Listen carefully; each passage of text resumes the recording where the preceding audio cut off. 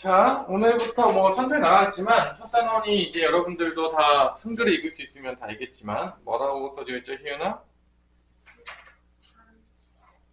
다항식의 덧셈과 연산이고, 다항식 연산에서 첫 번째 단원은 다항식의 연산이 되겠고, 다항식의 그 중에서 연산 중에서 덧셈과 페이스셈을 이제 배울 텐데, 우리가 이제 소수 정예로 열심히 한번 나가봅시다. 다항식을 먼저 알아야 되겠다. 다항식의 연산이야. 다항식은 뭐냐? 다항식 뭡니까, 연산아? 항의 개수가 여러 개 있는 건데, 보통 2개 이상 있으면 다항식이라고 불러요. 그럼 항은 뭐냐? 항이 여러 개 있다는 게 항을 알아야 되겠죠.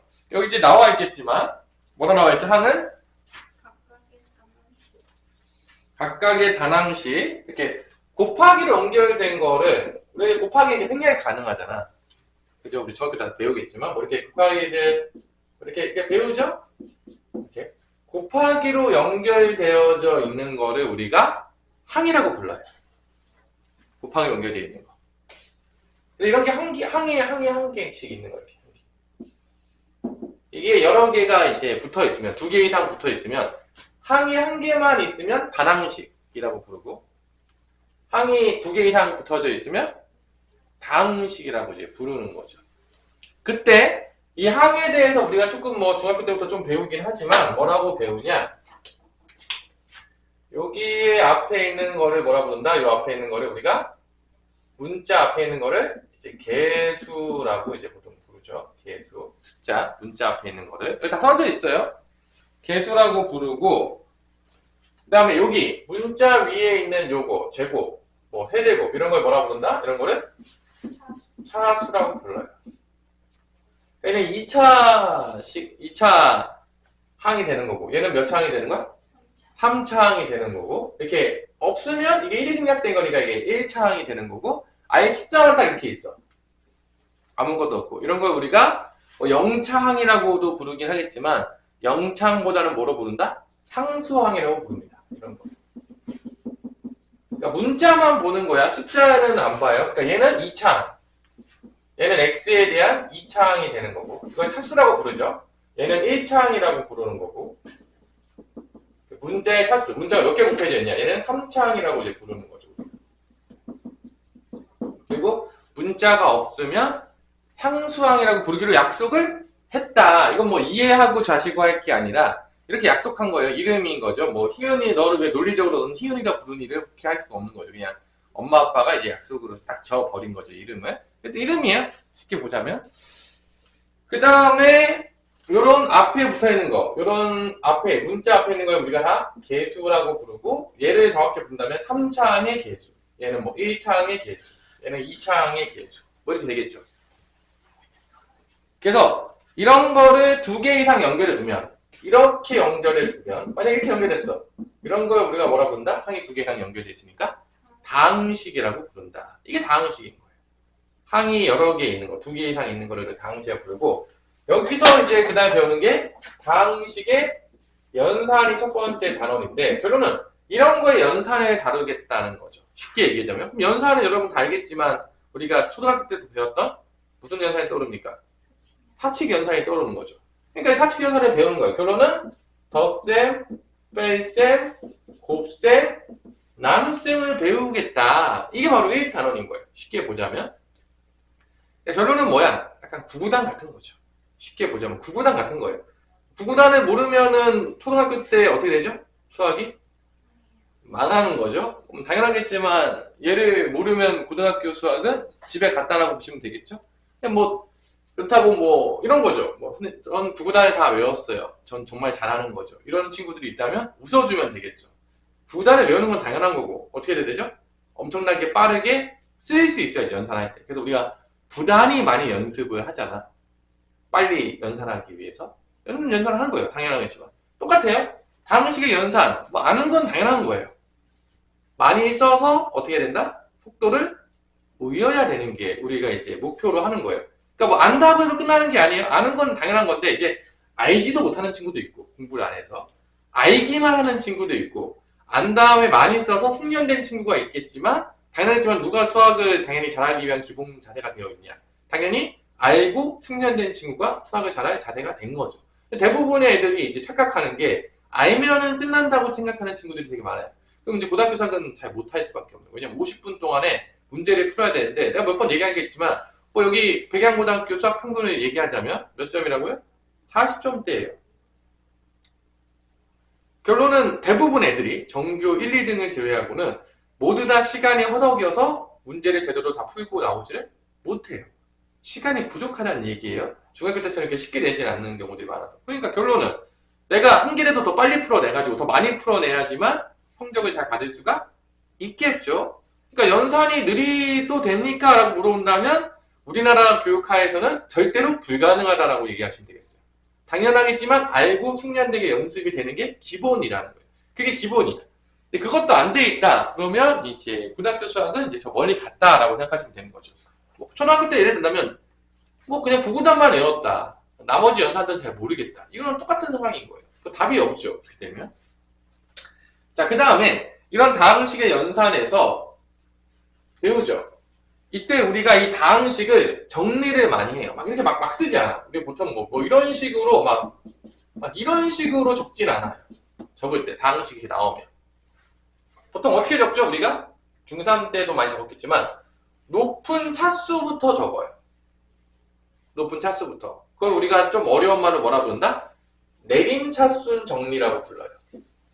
다항식의 정리인데 우리는 보통 내림차순 정리를 씁니다. 높은 것부터 차수부터 차례로 써요. 다항식의 정리에서. 그러니까 이런 거죠. 이렇게 쓰지 않고 어떻게 쓴다는 거야? 높은 차수 2차씩 쓰고 1차씩 쓰고 그 다음에 항상 쓴다는 거야. 이런 식으로. 이런 식으로. 정리해서 쓴다는 거야. 이렇게 쓰는 거지. 그럼 내림차순 정리가 있으면 이제 반대도 있을 것 같지. 뭐가 있겠어요? 오름차순 정리가 있겠죠. 반대로 쓰는 건데 얘는 거의 우리가 쓸 일이 없다 이거죠. 이렇게 쓰는 경우는 거의 없어요. 그러니까 우리가 이제 기억해야 될 거는 일반적으로 우리는 다항식을 쓸 때는 무슨 차순 정리로 내려 쓴다? 높은 데서 낮은 데로 쓰는 게 국룰이다 라고 생각하시면 되겠습니다. 근데 이제 문제가 고등학교 때에 보면 알겠지만 문자가 많이 나와요. 한 개만 나오는 게 아니라 막 두세 개씩 섞여져 있을 수 있어. 그럼 이렇게 예제를 한번 볼게요. 거기 예제 보이죠? 페이지에 다 눈이 있으면 다 보이시겠죠?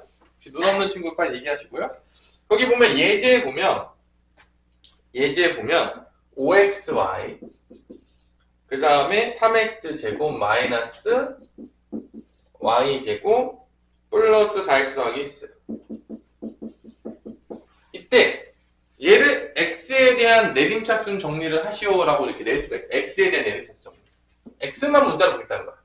x의 내림차순 정리를 하시오라고 하면 여러분들은 x만 문자로 보고 나머지 문자들은 다 상수처럼 보는 거야. 그러니까 x만 문자인 거야. x를 제외한 건 다 상수 취급해버리는 거니까 x의 가장 높은 차수는 누구냐? 얘인 거예요. 3x제곱을 먼저 쓰시는 거예요. 얘가 2차니까. 그 다음에 쓸 게 4x랑 5xy를 쓰는 거야.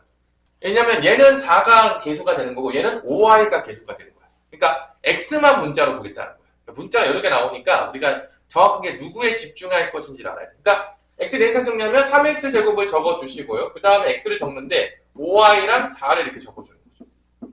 그 다음에 x를 이렇게 적어주는 거야. x 내림차순. 얘가 이제 개수인 거야. 1차항의 개수가 5y가 있어. 그 다음에 이제 나머지 y랑 찌꺼리기는 이제 상수항이 되는 거죠. 이렇게 적어준다는 거죠.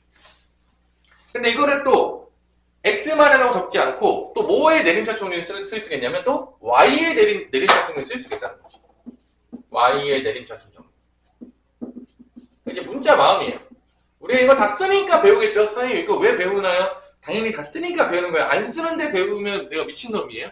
그렇죠? 그럴 리가 없죠? 그럼 이제 y만 문자로 보겠다는 거예요. 그럼 이제 y에 대한 거는 요게 2차가 제일 높을 것 같고 그 다음에 얘가 1차죠. 그러니까 여기다가 마이너스 y 적으시고 그 다음에 5xy 적고 5x가 이제 개수가 되는 거죠. 나머지 상수항인 거예요. 이렇게 적으면 된다는 거죠. 그래서 어떤 문자로 내림차순 정리를 할 거냐, 오름차순 정리 이제 반대로 하면 돼요. 오름차순 정리 거의 나올 일이 없으니까, 실제 거의 안 쓰니까. 연습할 때 쓰세요. 반대로 쓰시면 되겠죠? 자, 여기까지가 다항식에 대해서 우리가 배운 거고 다항식의 정리까지 배운 거예요. 보통 우리는 네임 차순 정리를 쓸 것이다. 다 이렇게 썼잖아요. 이거 높은 차수부터 중학교 때도. 그 다음에 이제 드디어 다항식의 이제 연산이 나오기 시작하는 거죠. 뭐가 나온다? 덧셈과 뺄셈이 나오는데 사실 다 알아요, 여러분들. 덧셈 뺄셈 다 모르는 사람 있는 사람 없어요. 덧셈 뺄셈 어떻게 합니까? 중학교 때 배우잖아. 그거 좀 더 고급지게 표현하자면 고급지게 여러분들 이거 다 배웠을 거예요, 중학교 때. 이거를 어떻게 표현할 것이냐. 뭐 이렇게 더했어. 뭐 3x 제곱 더하기 5x 더하기 1하고 뭐 예를 들어서 마이너스 4x 제곱 더하기 6x 더하기 3을 더했다고 치면 어떻게 더한다고 배우죠? 우리 연선아? 같은 항이라고 하기보다는 같은 차수의 항을 우리가 조금 어려운 말로 동류항이라고 불러요. 같은 차수의 항.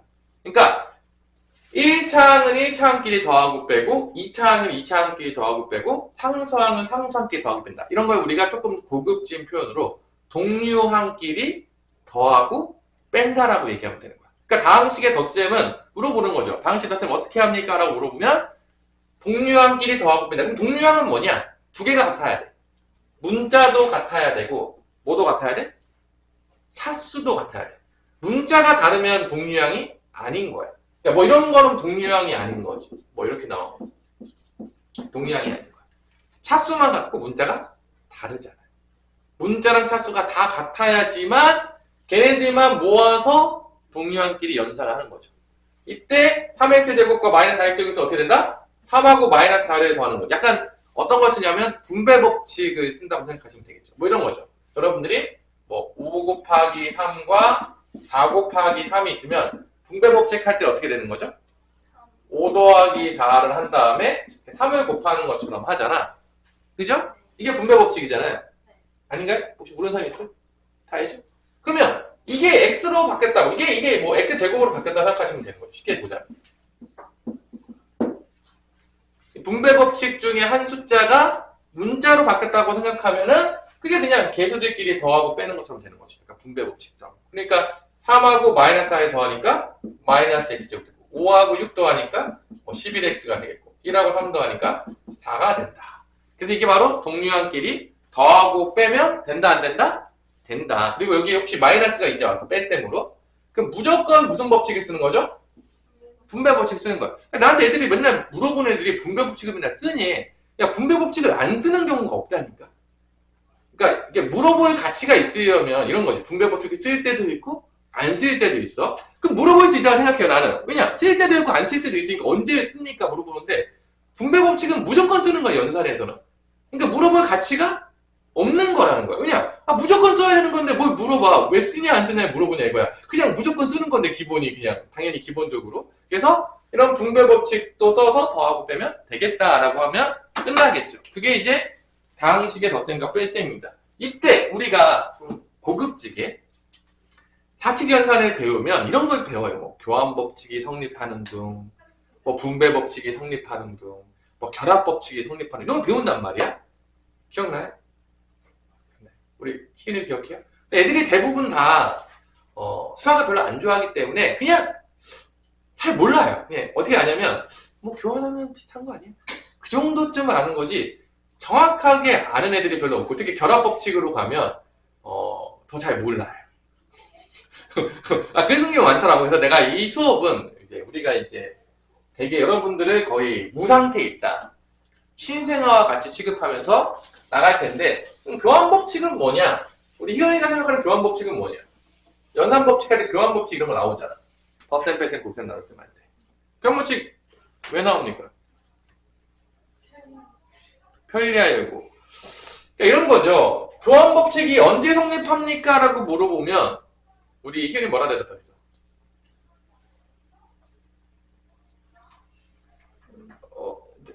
되게 어려워한단 말이에요. 되게 쉬운 문제예요, 사실 이게. 그러니까 여러분들이 이런 거죠. 우리 다중에서 4개가 있잖아. 이 4개 중에서 교환 법칙은 언제 성립합니까? 라고 이렇게 물어볼 수 있다는 거야. 결론은 뭐냐? 교환했을 때, 자리를 바꿨을 때 결과값이 바뀌면 안 되는 거야. 결과값이 바뀌면 안 되지. 함부로 바지를 바꾸면 값이 달라지는데 그러니까 예를 들어서 이런 거죠. 내가 5랑 3 가지고 한번 놀아볼게요. 되게 쉬운 건데 여러분들이 뭐라고 해야 되나? 이렇게 고민하고 생각하고 이걸 정확하게 받아들이려고 하지 않은 경우들이 되게 많아요. 되게 쉬운 건데 사실. 그냥 내가 덧셈을 볼게. 5 더하기 3과 3 더하기 5는 같습니까? 이제 물어보는 거야. 같네 아니나? 그럼 교환법칙이 성립하는 거야, 덧셈을. 근데 내가 여기서 뺄셈으로 바꿔볼게.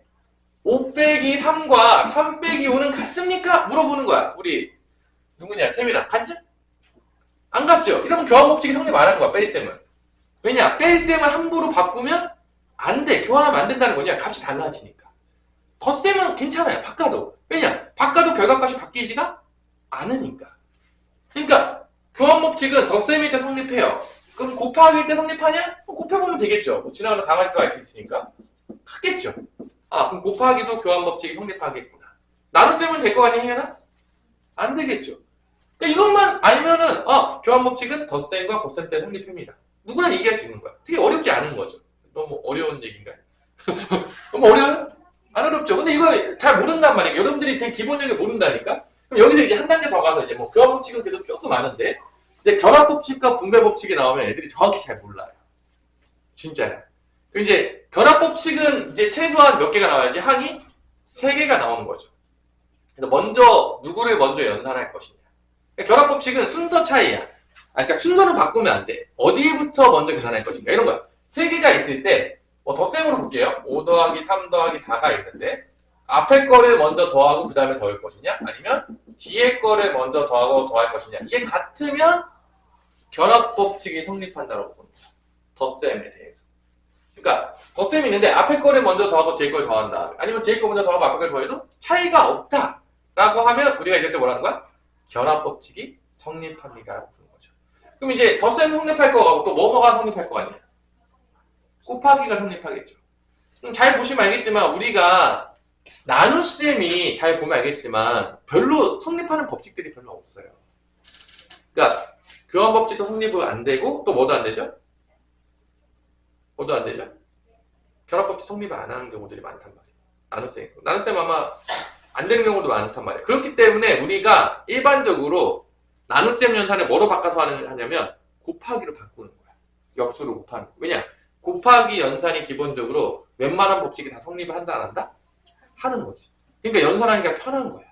나눗셈 연산들을 보시면 알겠지만 중학교 때 배우겠지만 대부분 나눗셈 연산은 다 뭐로 바꿔서 해? 곱하기로 바꿔서 한다는 걸 알 수가 있어요. 그게 훨씬 편하니까 그렇게 되는 거죠. 만약에 나눗셈 연산이 진짜 편했잖아? 곱하기로 바꿀 일이 없었다는 거죠. 그걸 알아두면 된다는 거. 그래서 이렇게 결합법칙이 성립한다. 그럼 다항식도 마찬가지예요. 다항식에서도 이 숫자 대신에 이제 뭐만 바뀌면 되는 거야? 이 숫자가 뭐로 바뀌면 되는 거야? 다항식으로 바뀌면 되는 거야. 이건 숫자에서의 지금 교환법칙과 결합법칙이 성립했다고 한다면 쉬운 것부터 한 거야. 숫자부터 해야지 좀 많이 편하잖아. 이게 뭐로 바뀌면? 다항식으로 바꿨을 때는 어떻게 될 것이냐. 그래서 우리가 다항식은 일반적으로 뭐로 표현하냐면 이런 다항식들은 알파벳 대문자로 일반적으로 많이 표현해요. 그러니까 이런 다항식을 알파벳 A 뭐 이런 식으로 표현하는 거야. 그러니까 다항식을 쓸 때는 알파벳 대문자로 많이 써요. 보면. 근데 그 이제 A가 뭐 이렇게 되는 이런 게 되는 거죠. 그래서 여기서 보면 알겠지만 다항식의 덧셈에 대한 성질에서 뭐가 나오고 있죠? 교환법칙과 결합법칙이 나오고 있는데 거기에 다항식에 어떤 걸 썼다? 대문자 A, B, C를 써놓은 거죠. 지금. 이 대문자가 다항식을 뜻하고 있는 거예요. 일반적으로 우리가 되게 많이 써요. 그죠? 자, 이게 다예요. 그러면 결론적으로 이제 보자면 우리가 다항식의 연산에서 덧셈과 뺄셈을 할 때는 기본적으로 동류항끼리 더하고 빼면 되겠고 거기다가 다항식의 성질인 덧셈에 대한 성질인 교환법칙과 결합법칙이 성립하니까 계산을 빠르게 할 때 교환법칙과 만약에 결합법칙이 쓰일 수 있다면 먼저 다른 걸 먼저 하는 게 더 계산이 쉬워. 그러면 이런 것들을 활용해서 연산을 어떻게 하라는 거야? 편하게 하라는 거야. 그러니까 이런 것들을 배우는 이유는 여러분들이 연산을 할 때 이런 걸 써서 더 간단하게 연산하라고 배우는 거예요. 근데 대부분의 어쩌죠? 이건 배우고요. 연산할 때 안 써요. 이분법적으로 간단 말이에요. 실제적으로. 그러니까 예를 들어서 만약에 나 같은 경우가 막 이런 걸 봤어. 선생님은 막 이런 거 봤어. 선생님 당연하겠지만 이거를 이렇게 계산하죠. 선생님 보자마자 머릿속에서. 당연하겠지만 난 이렇게 연산할 거란 말이야. 근데 대부분의 애들이 어떻게 하냐면 얘를 다 계산해요. 얘를 다 계산해요. 그 다음에 어떻게 한다고? 뺀다는 거죠. 되게 무식하게 한다니까? 배운 게 있지만 배운 걸 활용하지 않아요. 그러니까 되게 이제 우리가 배운 것과 활용하는 게 전혀 다른 거죠. 그러면 의미가 없어지는 거죠. 그래서 이런 연산들을 배웠을 때, 이런 법칙들을 배웠을 때 여러분들이 기억해야 될 게 있어. 자, 당시 연산은 항상 연산을 강의를 하는데 가장 기본이야. 이 배운 것들을 통해서 결론적으로 여러분들이 궁극적으로 해야 될 게 뭐냐면 연산을 빠르고 정확하게 하기 위해서 모든 수단과 방법을 강구해서 해내야 된다는 거야. 이게 되게 중요해요. 내가 이제 첫 번째 이제 강의할 때, 이 다음식 연산할 때 애들이 되게 재미없어 하죠. 이게 재미없는 단어예요. 구분할 때 재밌었습니까? 그럴 리가 없는데. 그죠? 그러면 미친놈이에요? 아니, 그럴 수도 있죠. 뭐, 그래. 안 미쳐도 그럴 수도 있다고 봅시다. 대부분 다 재미없어 하잖아. 솔직히 말해서. 근데 연산은 엄청나게 중요한데, 이제 그 이유를 두 가지. 첫 번째는 아까 들었지. 시험 시간이 몇 분이다? 50분. 50분은 다 풀어야 되는 거야. 시간이 부족해요. 그러니까 연산 빠른 애가 유리하겠어? 안 유리하겠어? 유리하겠죠. 이것만 유리한 게 아니에요. 내가 이제 우리 희인한테 몇 번 얘기했대. 그럼 또 언제가 유리할까? 자, 여러분들이 고등학교 때 수학을 배우는 양이 어마무시해요. 여러분들이 대부분 이제 물어보면 고등학교 전체 배우는 양 중에서 수학은 어느 정도 비중을 차지합니까 하면 거의 반절을 차지한다고 봐도 돼요. 자, 참고로 다시 한번 고등학교 때 배우는 양이 어마무시하게 많은 양을 배우는데 그중에서 거의 수학이 얼마를 차지한다고? 반절을 거의 차지해요. 그러니까 공부를 많이 해야 될까 조금 해야 될까? 엄청 많이 해야 된다는 얘기예요. 지금 중학교 때 건 비교도 안 돼요. 정말 슬프지만 정말 미안해요. 여러분 중학교 때 배웠던 양들은요 그냥 솔직히 말 선생님 같은 경우면 그냥 하루도 안 걸릴 만한 양이라고 생각해요. 선생님이 고등학교 때 공부했던 양으로 따진다면. 근데 이제 중요한 건 여러분들한테 되게 오래 걸렸겠죠. 왜냐면 숙련되지가 않았으니까. 근데 이제 여러분들이 이 양을 공부할 때 당연하겠지만 모든 문제는 연산을 해야 될까 안 해야 될까? 해야겠죠. 그럼 잘 생각해보세요. 나랑 이제 태민이랑 문제를 풀어. 근데 나는 1시간 동안에 30문제를 풀고 있는데 태민이는 연산에 내려서 10문제밖에 못 풀었어. 그럼 둘은 1시간 동안 똑같은 공부를 한 걸까요? 다르게 공부할 걸까요? 연산아. 똑같아요? 1시간 했으니까? 아니죠. 내가 몇 배를 더 많이 한 거죠? 3배를 더 많이 한 거죠. 잘 생각해보세요. 수학에 가장 많은 시간을 쏟아야 되는데 내가 연산이 느리잖아요? 그럼 공부량이 그냥 줄어요. 알아서. 시간만 투자하고 공부량은 나오지가 않는 거야. 그럼 망한 거죠. 아닌가요? 같은 시간 공부하면 똑같이 공부한 거라 생각하는 거예요? 여러분 그런 순진한 생각을 하고 계시나요? 같은 게임을 했다고 해서 다 똑같이 시력이 똑같나요? 그렇지 않잖아요. 똑같아요. 공부도. 연산이 기본이 안 되면 공부량이 빠르게 늘 수가 없고요. 나랑 쟤랑 똑같이 공부했는데 나는 3시간 공부한 거를 쟤는 1시간에 끝낼 수도 있어요. 그럼 벌써 이게 격차가 점점 멀어지는 거예요. 연산을 가볍게 보는 거는 미친놈이 하는 짓이에요. 절대 똑똑한 사람은 연산을 가볍게 볼 수가 없어요.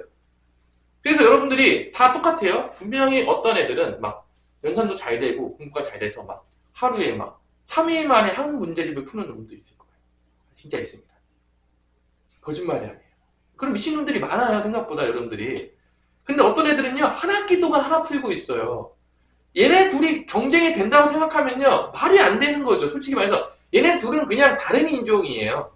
쉽게 보자면 인종 자체가 다른 거죠. 같은 인종이라고 보기가 되게 어렵다는 거예요. 왜냐? 나중에 일을 시키잖아요? 업무량이 하늘과 땅끝까지 차이가 안 나는 거예요. 당연하겠지만. 그러니까 여러분들 잘 생각해보세요. 연산이라는 거는 당연하겠지만 여러분들이 빠르게 하고 정확하게 하고 어떻게 하면 더 간단하게 할지를 여러분들이 많이 고민해야 돼요. 어떻게 하면 내가 더 계산을 빨리 할 수 있을까? 내가 어떻게 더 정확하게 할 수 있을까? 내가 어떻게 할지를 항상 고민하면서 연산을 하셔야 돼요.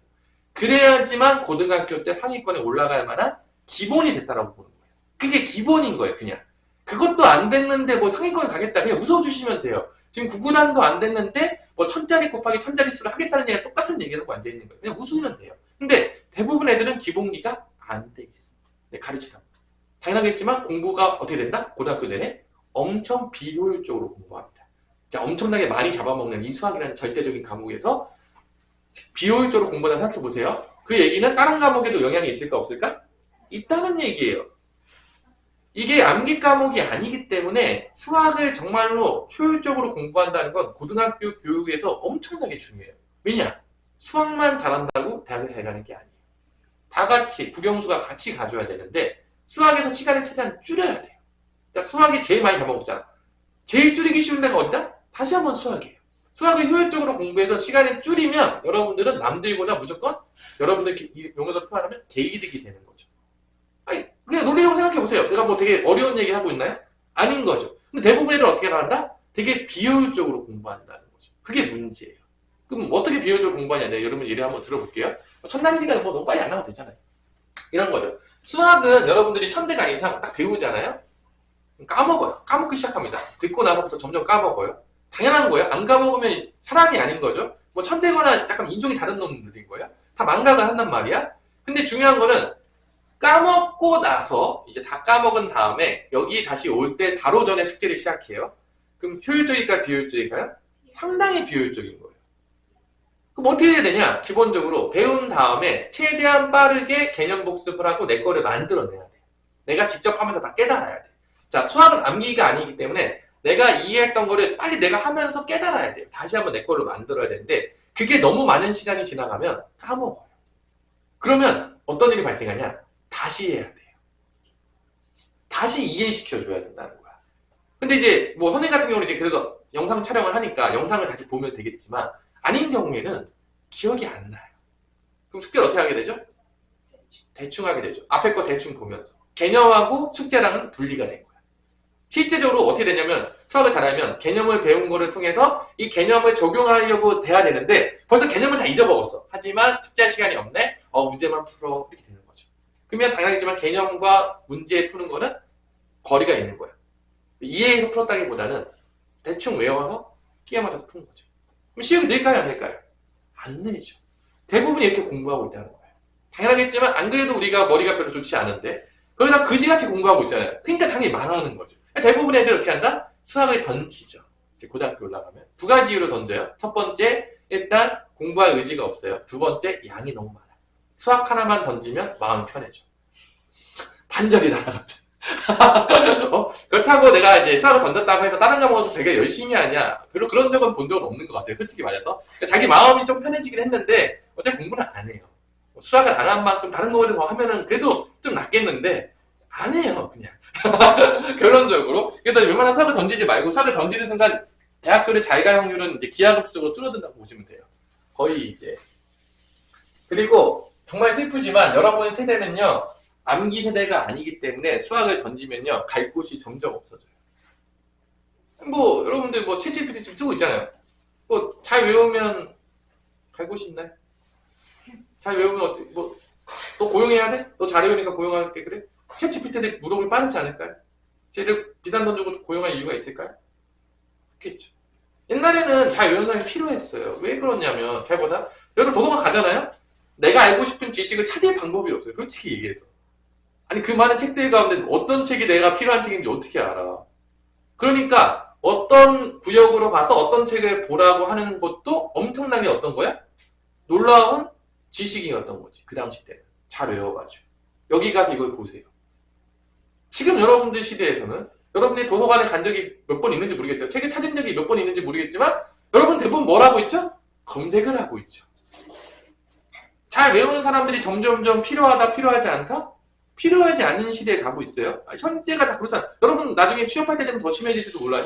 지금도 그런데. 여러분 취업하는 거 최소 10년 아닙니까? 우리 여자친구들 빨리 취업하면 파이언 뭐 9년 볼게요. 정말로 스트레이트를 한 번도 쉬지 않고 열심히 달려가지고 정말 그러지 않은 이상은 거의 10년 후가 될 거란 말이에요.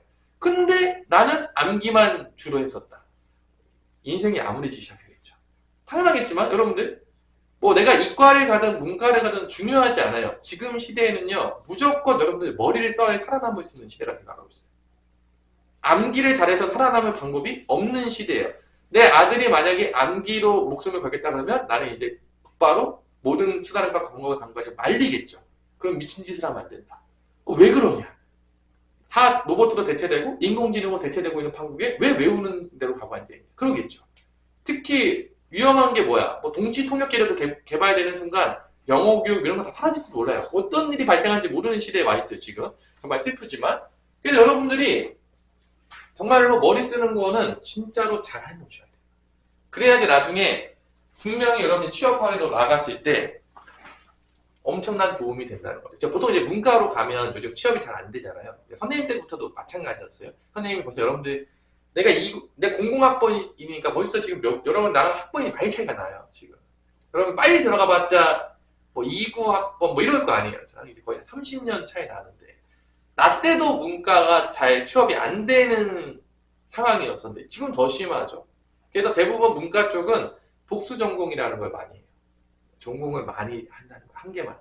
뭐 내가 영어 영문과를 갔어. 영어 영문과만 하고 있다? 되게 위험한 상황이죠. 왜냐면 영어 영문과를 해가지고 내가 취업한다는 건 되게 쉽지 않은 일이에요. 그러니까 되게 많은 것들 하는데 그 중에서 많이 전공하는 게 뭐냐면 복수 전공을 할 때 심리학과와 경제학과를 압도적으로 많이 합니다. 왜냐? 세상이 점점 황폐해 가니까 심리적으로 병든 사람들이 점점 많아지고 있어요. 그 다음에 이제 경제는 뭐 돈 문제는 뭐 어디 무조건 기본 깔고 가는 거죠. 그때 이 경제랑 심리가 기본적으로 수학이 들어갈까 안 들어갈까요? 무조건 들어가요. 심리도 들어가고 경제도 들어가거든요. 그러니까 기본적으로 여러분들이 뭐 통계학이나 뭐 이런 게 다 들어가요. 기본적으로. 그러니까 가장 문과에서 잘 팔리는 대부분의 복수전공 학과들은 다 수학이 들어간다 안 들어간다? 들어간다는 거예요. 그러니까 문이과 통합을 시켜놓은 거예요. 세상이 점점. 왜냐? 문과라고 수학 공부 안 하면 망한다. 이 얘기죠. 결론은. 취업이 안 되니까요. 그래서 여기서 또 이런 생각하는 친구가 있어요. 난 문과 갈 거니까 수학 안 해도 된다. 되게 위험한 사고예요. 고등학교 시절 때 아주 편하게 갈 수 있어요. 근데 나와서 인생이 힘들어져요. 그러니까 여러분들이 뭐 이거는 뭐 내가 그냥 장난치는 게 아니라 그냥 미래에 있는 얘기를 그냥 그대로 해주는 거예요. 그냥 여러분들한테 뭐 내가 뭐 구라쳐가지고 뭐 남는 게 있겠습니까? 그러니까 그냥 지금 힘든 길을 가셔야 돼요. 힘든 길을 가야 돼. 뭐 성경적으로 봐도 힘든 길을 가야지 나중에 편안한 길이 오는 거예요. 지금 쉬운 길을 가잖아요? 인생이 다 꼬여요. 지금 놀고 있는 애들이 있겠죠. 아주 신나게 놀고 있는 친구들. 나중에 인생이 별로 쉽지 않을 거예요. 되게 어렵다는 거야. 뭘 해도 다 실패하는 경우들이 많게 되는 거죠. 선생님 보면은 예전에 이럴 때가 있어. 지금 보자면 선생님 윗세대는 암기가 되게 중요한 시대였어. 그랬더니 이 나왔던 사람들이 막 서울대를 나왔는데 나오니까 다 바보가 된 거야. 그냥 머리를 못 쓰는 거야. 그래서 위에서 가끔 보면은 어떻게 저렇게 바보 같은 짓을 할까라는 생각이 들 때가 있어요. 근데 학벌이 막 서울대 나왔어. 근데 이제 선생님 때부터 수능을 보기 시작했어요. 이 수능이라는 학문 자체가, 수능이라는 평가 자체가 암기가 탈피되는 학문이에요.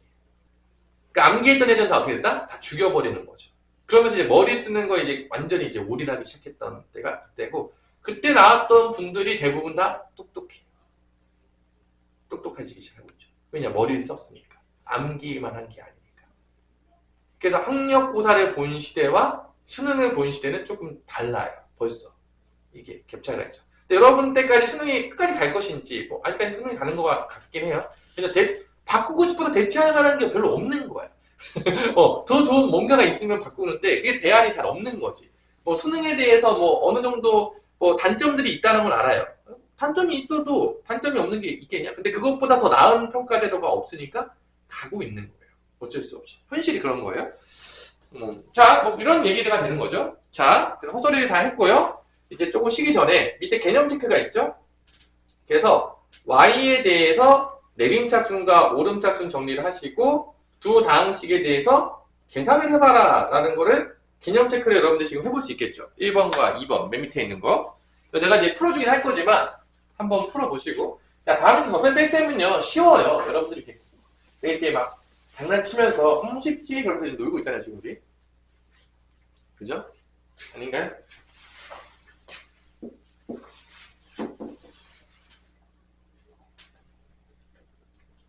이제 오늘 같은 경우는 선생님 정확하게 9시간만 떠들면 되는데 아침에 벌써 2시간 떠들었고 이제 앞으로 한 7시간 정도 떠들면 된다. 그래서 이제 열심히 떠들면 돼요. 이제 다음 때가 조금 이제 선생님 목이 조금 이제 안 좋죠. 그래서 가르치기 꼭 듣다. 이제 여러분들이 열심히 공부하길 바라며 내가 이 강의를 연 이유는 잘 안 하려고 하는데 힘들어가지고 선영 이 원장님께서 꼭 여러분들을 가르쳐야 된다고 이걸 통해서 업그레이드를 해야 된다고 그렇게 했기 때문에 연 거예요.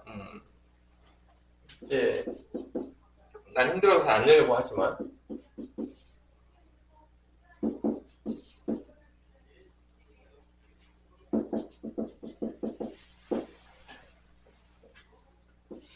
자, 뭐 y에 대한 내림차순 정리부터 하시면 되겠죠. 내림차순 하고 거의 내림차순밖에 안 써요.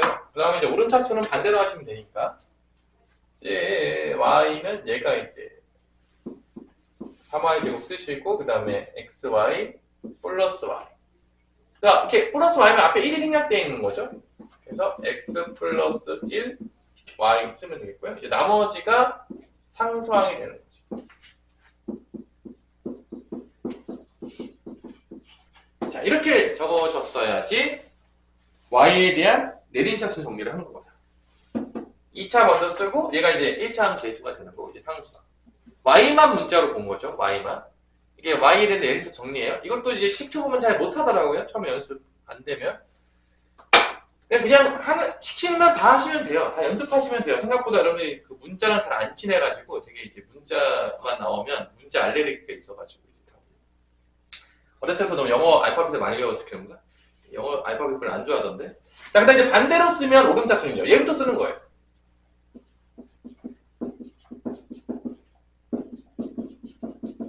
이게 이제 오름차순 정리가 되는 거예요. 이게 내림차순이 되겠고. 이제 오름차순 정리가 되겠다. 사실 우리는 이제 오름차순 정리 쓸 일이 거의 없어요. 다 내림차순만 씁니다. 실제적으로. 이제 말하는지 보시고 내가 틀렸다면 어디가 틀렸지? 내가 뭘 잘못 생각하고 있었지? 라고 생각하시면 되겠고요. 2번은 너무 쉬워가지고 좀 민망하니까 2번은 됐어요? 다 맞았어요? 너무 어려워요? 그러니까 y만 문자로 본다는 거예요. x는 문자가 아닌 거예요. 이것도 생각보다 처음에 잘 못하더라고요. 가르치다 보면. 사실 이제 수학이라기보다는 알파벳 학이라고 내가 부르는데 맨날 알파벳만 겁나 많아요. 수보다 알파벳이 더 많이 나와요. 문자가 더 많이 나와요. 우스갯소리를 그렇게 하는 거죠.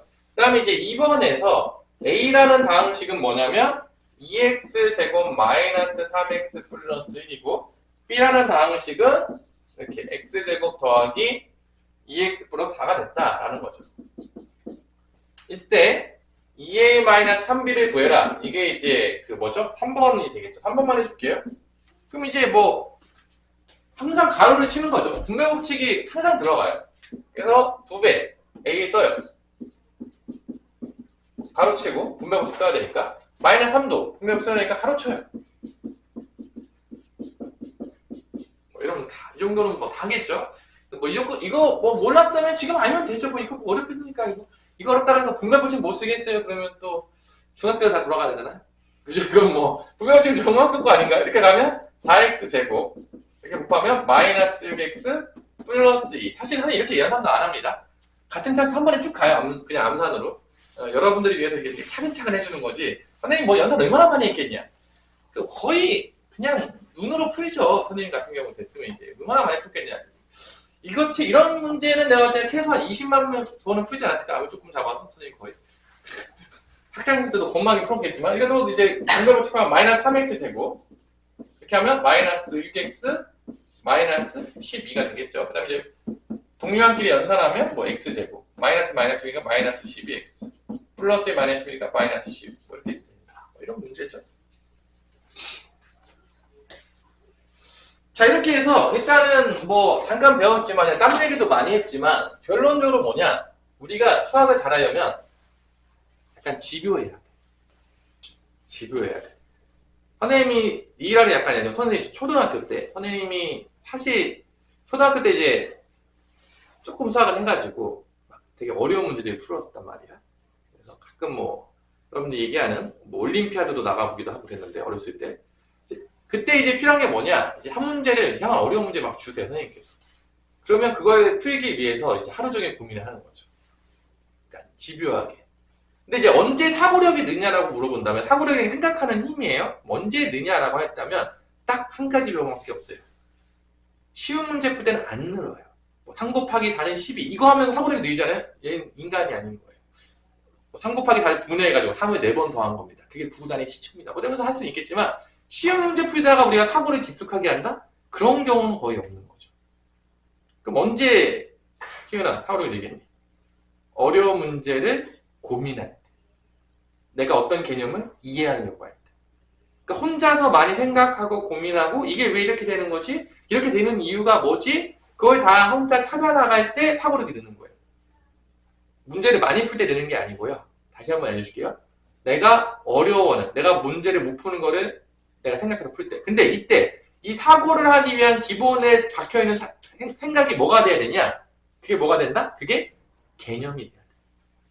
자, 내가 말해줄게요. 사고는 언제 되냐면 여러분의 쓸데없는 망상으로 사고하는 게 아니라 내가 수학적으로 배운 이 개념을 가지고 생각할 때 그 문제를 풀기 위해서 논리적으로 그때 사고력이 되는 거예요. 그러니까 기본적으로 수학 문제는 쉬우면 의미가 없는 거예요. 왜냐? 사고력이 전혀 늘 일이 없으니까. 왜냐면 쉬운 거 풀면서 사고력이 늘 필요가 없어요. 4, 3, 11을 풀면서 사고력이 는다. 이상한 거 아닙니까? 결론은 어려운 문제를 풀면서 사고력이 느는 거야. 그러니까 수학 문제 자체를 쉽게 내겠다는 얘기는 얘네들을 다 바보로 만들겠다는 얘기예요. 솔직하게 얘기해서. 그거는 사실 말이 안 되는 거죠. 그럼 너무 어렵게 낸다? 그것도 안 되죠. 왜냐? 얘들이 포기하니까. 너무 어렵게 내면 대부분의 사고를 잘 못하잖아요. 그러니까 그 절충선에 맞추는 게 되게 중요한 거예요. 얘들이 포기도 하지 않으면서 사고력이 늘어나게 만드는 게 결론적으로 수학의 목적이에요. 여러분들이 사고하는. 그러니까 나는 선생님 수학 공부하면 한 번도 생각한 적이 없어요. 난 지금도 생각하고 싶지 않지만 미래는 더 생각하지 않을 거예요. 이런 애들은 일단 답이 없는 거예요. 수학에. 잘할 방법이 없는 거예요. 그리고 미래에서 필요한 인재가 될 수도 없어요. 당연하겠지만 곧바로 지금부터 이제 막노동을 시작하시든지 몸 쓰는 운동을 가시면 되겠습니다. 그렇게 내가 그렇게 생각할 거면. 저는 머리 쓰기 싫은데요. 그럼 여기 지금 인문계 고등학교에도 갈 이유가 없어요. 대학교는 더더욱 갈 이유가 없습니다. 내가 대학을 가겠다는 얘기는요. 암기를 잘하겠다는 얘기가 아니라 머리를 쓰겠다는 얘기. 그러니까 여러분들이 수학에서 잘 보면 알겠지만 아무리 문과, 막 영어 영문학과, 뭐 이 기타 등등 뭐 정말 수학을 절대로 안 쓰는 과라고 할지라도 좋은 대학교에 보면 다 기본으로 뭐를 보냐면 수학을 본다는 거야. 그러니까 결론은 뭐야? 수학 연산을 보는 게 아니라 수학 미적분을 푸는 거 보는 게 아니라 뭐를 보겠다는 거야? 사고력이 있냐? 논리적으로 생각할 수 있는 능력이 있냐? 얘는 그냥 아무 생각 없이 외우고 그냥 로봇처럼 하고 있는 애냐? 아니면 정말 사고를 해서 뭔가를 만들어낼 수 있을 만한 애냐? 이 차이를 보겠다는 거예요. 그렇죠? 근데 뭐 입력해가지고 입력한 대로 하는 거는 여러분보다 누가 더 잘하냐면 로봇이 더 잘해요. 그러니까 여러분들 쓸 이유가 점점 없어지는 거예요. 다시 한번 생각해야겠지만 여러분들은 슬프지만 그래서 전 세계적으로 뭐를 강조하는 시대가 됐냐? 두 가지를 강조해요. 그러니까 우리나라만 강조하는 게 아니라 수학과 논술을 강조해요. 왜냐? 이 두 가지가 논리적인 사고 능력을 키우는데 가장 탁월한 방법이기 때문에 그래요. 전 세계적으로. 우리나라는 약간 거꾸로 하고 있죠. 수학을 좀 약화시키고 있는데 왜 그런지 잘 모르겠어요. 전 세계가 지금 수학을 강화시키고 있어요. 현대 시대의 흐름이 그렇게 됐으니까 어쩔 수가 없는데 우리는 약간 거꾸로 하고 있어요. 점점 애들이 안 가르쳐요. 걱정이 많아요. 내가 컸을 때 애들이 날 부양할 수 있을까? 우리나라가 망하지 않을까? 이렇게 멍청하게 만들어 놓으면 내가 우리나라 볼 게 없잖아요. 자원도 없죠. 인구도 없죠. 땅도 거짓말을 닦죠. 주변에 다 강대국이죠. 볼 게 누구밖에 없다? 사람밖에 없죠. 근데 사람을 안 키웠다. 그럼 우리는 곧바로 망하는 거예요. 뭐 볼 게 있나? 여러분 얘기하는 해조선이 되는 거죠. 진짜로 해조선. 우리는 사실 뭐 해조선 아니죠. 지금까지는. 괜찮죠. 경제 10위 대국이고. 근데 진짜로 여러분들이 공부를 안 하고 더럽게 놀고 막 그렇게 시작하면 되면 이제 정말로 이제 해조선이 되는 거예요. 망하가는 거죠. 점점. 나라가 이제. 그럼 이제 일본처럼 되는 거죠. 일본이 선생님 때는 선생님이 이제 여러분 30년 정도 차이 난다고 볼게요. 일본 여행은요. 상상을 못했어요. 왜 그랬냐? 걔네가 우리보다 압도적으로 잘 살았기 때문에 우리가 걔네 여행 간다는 얘기는 돈을 더 많이 지불해야 되는 거야. 우리가 국내 여행보다 훨씬 많은 돈을 낸다는 거. 근데 지금 일본 여행이 되게 쉬워졌죠. 왜 그렇게 됐죠? 일본 교육이 망했죠. 기본적으로 망했죠. 그리고 얘네들이 다 부유하지가 않아요. 그러니까 우리랑 물가가 지금 똘똘해졌어요. 거의 선생님 때는 3배 정도 거의 잘 살았다고 보거든요. 선생님 2세대는 3배가 아니라 6배 이상 잘 살았을 거예요. 근데 지금은 우리가 일본 여행을 아주 편안하게 갔다 와요. 왜냐? 얘네들이 별로 물가가 우리랑 별로 차이가 안 나는 것 같은 느낌이에요. 근데 우리가 그렇게 될 수도 있다는 거예요. 지금 태국에 애들이 왔을 때 여기는 꿈과 드림을 갖고 오는데 우리가 그렇게 공부를 안 하고 여러분 열심히 놀잖아요. 태국 애들이 나중에 우리를 아주 편안하게 놀러 온다는 거죠. 일하러 오는 게 아니라. 옛날 때 일본은 일하러 가는 나라였어요. 돈 벌기로. 지금 아니잖아요. 반대가 됐잖아요. 우리나라도 그렇게 될 수 있다는 거죠. 어떻게 되면? 근데 일본은 인구가 더 많잖아요. 인구도 적어요. 슬픈 이야기지만 그렇기 때문에 여러분들이 열심히 공부해달라. 잠깐 쉬었다가 보도록 하겠습니다. 자, 그러면 필수 이제 1번부터 같이 한번 몇 개만 풀어봅시다. 한날에 이렇게 천천히 나가는 거지 이렇게 천천히 나갈 일이 없을 거긴 한데 자, 필수 1번은 다음식의 덧셈과 뺄셈이어서 뭐 어려운 문제가 있을까요? 없을까요? 있어요? 없어요? 없겠죠. 뭐 이걸 못 푸는 친구들은 본 적이 없어요. 이게 못 풀면은 좀 문제가 있다고 보면 돼요. 그래서 이제 뭐 A, B, C 다항식을 줬고요. 지금 1번에 보면 이렇게 나와요. 마이너스 2A 더하기 B 마이너스 2배의 B 마이너스 3C가 있는데 이제 이렇게 푸는 친구들이 있어요. 이제 내가 이제 좀 디테일하게 설명하는데 A, B, C 다항식을 여기서 벌써 넣는 친구들이 있어요. 좋지 않아요. 좋지 않아요. 이거를 최대한 간단하게 만든 다음에 A, B, C를 넣어야 되는데 뭐 성질이 급해서 그런지 모르겠지만 A, B, C를 빠르게 넣는 친구들이 있어요. 그러면 계산이 더 어떻게 된다? 복잡해진다는 거예요. 그러니까 연산을 할 때 그냥 막 넣지 마세요. 그러니까 애들이 문제를 풀려고 그러면 이제 상위권으로 가면 어떻게 되냐면 문제를 보고 생각을 하거든요. 하위권으로 갈수록 문제를 보면 막 뭘 써요. 너 뭐 쓰고 있니? 그러면 그냥 막 쓴대. 왜 쓰는 거니? 아무 생각도 없는데 그냥 써야지만 마음이 편해진대. 뭔가를 안 쓰고 있으면 되게 마음이 불편하다 그러더라고. 근데 보통은 문제를 보면은 어떻게 풀지 뭘 생각하고 아 이런 개념을 써야겠다 생각한 다음에 이렇게 풀어야 되는데 읽으면서 막 뭔가를 쓰고 있어요. 그러니까 왜 그런지 잘 모르겠어요. 생각을 하기도 전에 벌써 손이 나가고 있어요. 이게 그 유명한 손과 발이 더 빠른 사람들인가요? 근데 그러면 안 된다는 거야. 수학은 생각을 하고 해야 돼. 그러니까 이런 문제를 봤을 때도 그냥 막 집어넣는 게 빠를 것인지 아니면은 어떻게 하면 배를 더 쉬울 건지를 생각하라는 얘기예요. 결론은 내가 하고 싶어 하는 다 맞아요. 맞기는 다 맞는다고 맞는 게 아니라니까. 정확하고 빠르게 맞아야 된다니까. 그래서 이게 뭐 해보면 뭐 마이너스 2a 플러스 b 마이너스 2b 플러스 6c니까 결론은 얘랑 동류하게 돼. 마이너스 2a 마이너스 b 플러스 6c를 하면 이제 되는 거죠. 여기 다음에 이제 집어넣는 거예요.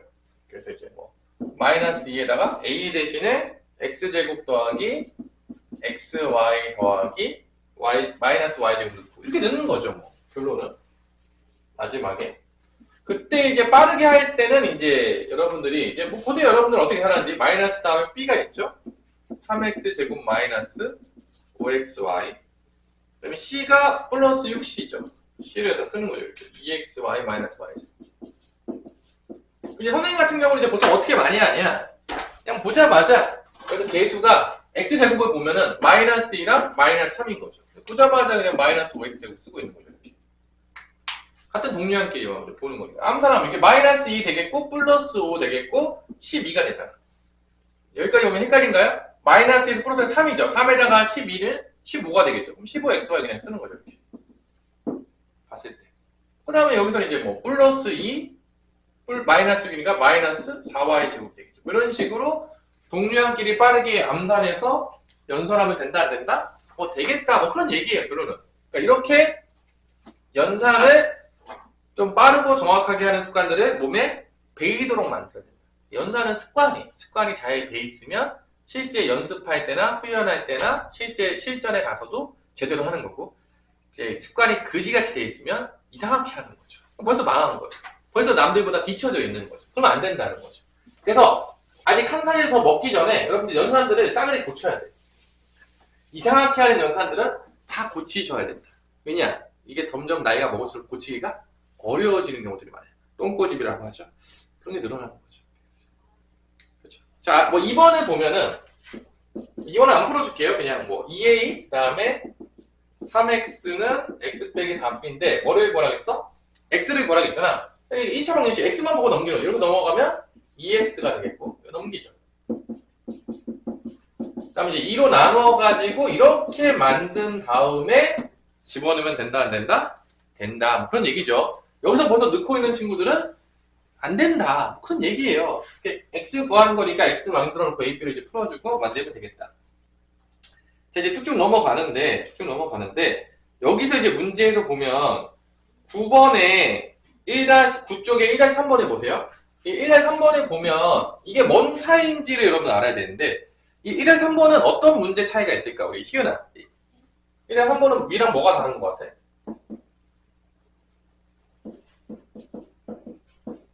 이걸 알아야 돼. 딱 지금 위에 문제랑 이 문제의 차이점은 뭔 것 같아요? 눈치챌 수 있나요? 선생님. 제가 눈치가 좀 없습니다. 눈치를 못 채고 있어요. 뽑을 수도 있죠.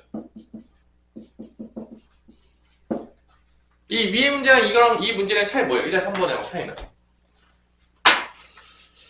시현이 뭐 차이가 들어와요? 안 들어와요? 그러니까 이런 걸 볼 수가 있어야지만 여러분 수학이 느는 거예요. 그냥 아무 생각 없이 문제를 풀어서 느는 게 아니라. 뭔 차이가 있냐? 우리 연선이랑. 이 문제는. 이 문제는 하나밖에 차이가 없죠. 보세요. A랑 B를 안 줬어요. 원래 다 A 주고 B 주고 C 줬잖아요. A, B를 안 줬잖아. 그럼 A, B를 어떻게 하는 거야? 연립방정식을 통해서 A, B를 네가 구해내라. 그 얘기.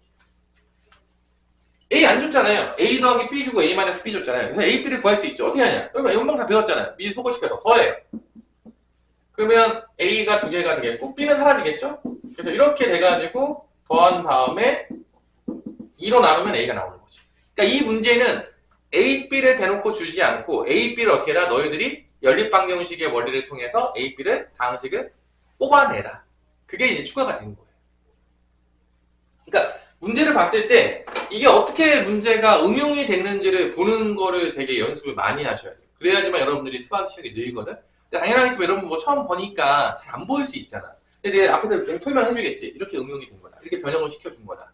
이게 왜 변형됐는지를 알아야 된다는 거를 계속 얘기를 해줄 거예요. 그러니까 그거를 잘 들어야 돼. 왜 잘 들어야 되냐면 결론은 이런 것들이 어디에 없는 거야? 해설지에 없는 거야.